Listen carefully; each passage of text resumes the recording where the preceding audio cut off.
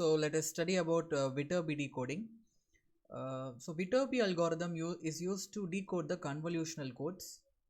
It is also called as maximum likelihood decoding. Okay. Let me introduce some of the terms relevant to Viterbi decoding. First of all is metric. So it is a discrepancy between the received signal Y and the decoded signal at particular node. For example, if you receive a code word of 1 1 and you have the output signal of 1 0, when you compare these two sets of bits 1 1 and 1 0, the discrepancy is 1. So how many bits are varying when you compare these two sets of bits? 1 bit. So the discrepancy is 1. That is called as metric. So as you move from one node to the other, okay, node 0, node 1 and node 2, as you move from one node to the other, you are going to add all the metrics and you are going to see which path is of least distance, and you are going to travel through that path. Next is surviving path. This is the path of the decoded signal with minimum metric. A metric is assigned to each surviving path. As I mentioned before, you are going to compare the number of bits, the receiving bits and the output bits, and you are going to find out what is the difference. That difference number is a metric, and if it is the lowest one, you are going to choose that path. If the metric is the lowest one, you are going to choose that path and you are going to move ahead. Here the capital K is called the constraint length and the smaller k is called number of message bits, okay, that enters. So let's look at the algorithm for decoding using Viterbi. So draw code trellis diagram. Number 1, we will see how to draw about code trellis diagram. Find the metric of each branch and add all the metric. Okay, so when you move from one node to the other, node 1 and node 2 and node 3, you're going to add the metric. At the end of the node, you're going to sum up which metric is the highest one and which is the lowest one. If it is the lowest one, you're going to choose that path. If you have multiple lowest metrics, you're going to choose either one of it. Choose a node with lower metric. Yeah, step 3, as I mentioned. If two paths exist with lower metric, any one can be taken. Maximum likelihood decoding path is determined and message are calculated. Okay, let's look at the example. Decode the message 110111 for the convolutional encoder shown below. So we know the number of bits 110111. So we are going to decode this, okay, from the convolutional encoder. You should not think the message bit is this. So this is the initial, that base band original message bit they have given. Message 1011011 for the convolutional encoder. So look at the encoder here. So we know constraint length is 3 k. So k is equal to m plus 1. Okay, from the diagram we know this is 2 plus 1, you get constraint length 3. This m value is a memory. You have two flip-flops, okay, shift registers, you can call it with either name, and you have the message m input bit. Okay, so 2 plus 1, 3. Code rate is number of message bits given as input and number of output bits. So what is the number of message bits inside? Smaller k is 1. 1 bit is going to go in each time and 2 bits are going to come out each time you shift it here after getting added up in the operators here. So XOR C1 and C2.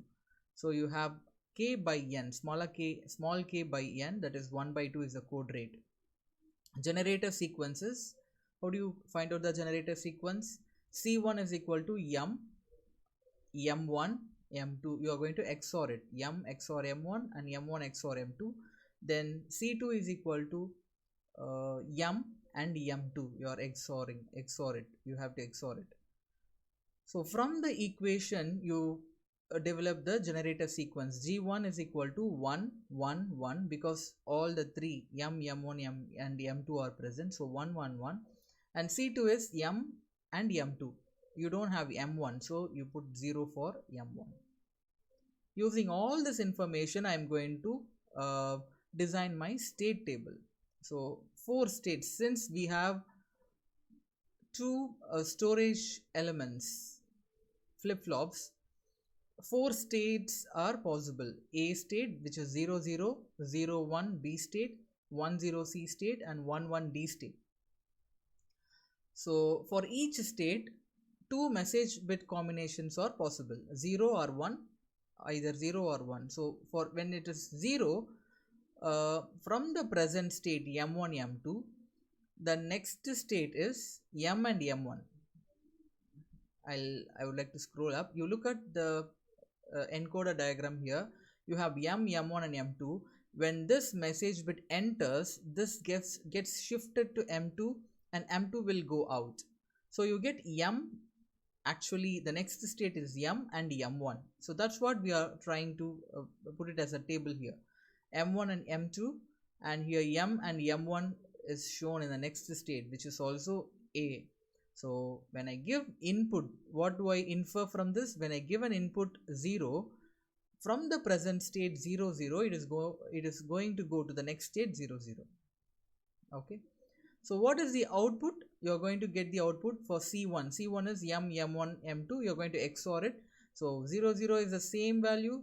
So 0, again 0 0. If you XOR it same, it's 0. So you get C1 is equal to 0. C2 is M XOR M2. So M and M2 alone, if you XOR same values, so it is 0. If it is different, 1. So that you have to remember. For XOR value, if it is different, 1. If they are same, it is 0. So I am finding out all C1 and C2 values and the state diagrams for the state for the encoder. Okay, now let's look at the decoding process. So we know the message bit which is received. Okay, 11011. This is the sequence. So what is the number of outputs? 2. So you divide it into 2. Okay, pairs of 2. 110111. So you have pairs of 2 sequences, 110111. So let's just write down y is equal to 11, which is received bit. Let's start from the A state. This is A naught. Okay, A 0 0 from the A state. When I give an input of 0, the solid line represents 0 and the dotted line represents 1. When you give 0 as input, it moves from A to the next state, which is also 0. You are going to just convert this information in the table into a trellis code.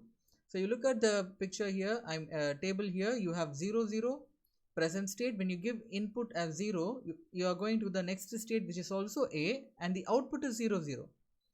Just write the information here as it is. 0, solid line is 0, output is equal to 0 0, and it also goes to the next state, which is A1. This is not A2, A1. There is a small printing error. So when you compare this output 0 0 and the received bit 1 1, the metric is 2, because the difference when you compare these two is 2. 1 here it is 0, first difference, second difference 2. And another discrepancy here is when you give 1, so a dotted line I am giving, it goes to state A to C, C1, and the output is 1 1. It is not shown here, but the output is 1 1. You compare this output with the output which is received, the difference is 0, same output. So the discrepancy metric is 0, so you mark 0 here. So when I travel in this path, surviving path, I will not prefer this path from A to A1. I will prefer A0 to C1. So first one is clear. Step 2, you have to begin from the first state here, A1 C1. Okay, A1 and C1, which has a metric 2 and here no metric, 0 metric. Again you do the same thing. When you give input 0 to A, it is going to be 0 0. Okay, you compare, it goes again to state A2. From A1 it goes to A2. 0 0 is the output, solid line is 0 input, and you compare the discrepancy is 1. When you compare 0 0 with the 0 1, discrepancy is 1. So 2 plus 1 3, you mentioned 3 here. Again, when you give input 1, which is dotted line, your output is 1 1, you compare 1 1 and 0 1, the discrepancy is 1, and 2 plus 1 3, the weightage is written here. Again for C1, output is 1 0, discrepancy is 2 when you compare 1 0 with 0 1, so 2 is mentioned here. And from C1, if you give dotted line, that is 1 input, the output is 0 1. When you compare 0 1 with y 0 1, the discrepancy is 0, you mentioned 0 here. So out of 4, you are going to choose from C1 to D2. This is D2, this is not C1. From C1, the next state is D2. You can see here, D2. From C1, D2 is the path. Okay, here there is an error. Third one, y is equal to 1 1. Okay, the third set, we are taking the third set, which has to come here from this part. A2, where did it stop? A2, B2, C2, C, D2. Okay, so A2, B2, C2 and D2. You put 1 1, you compare all these, so you get 5. When you connect and add, you get again 2 plus 2 4. Okay, 2 plus 2, I think here we don't have anything, so if you choose this path, it's 2 plus 2 4. Okay, and through this path it is just 1. Here 0, here 0. This path, after adding all the path, survival path 1, and here it is 3 plus 1 4. Okay, so when you compare this one, it is 5, it is 4, it is 3 and it is 1. So we will choose this path, A0 to C1, C1 to D2 and D2 to D3 or B3. Let's check it out. So even for B3, the distance is only 1, because up to here it is 0, here it is 1. So this is 1.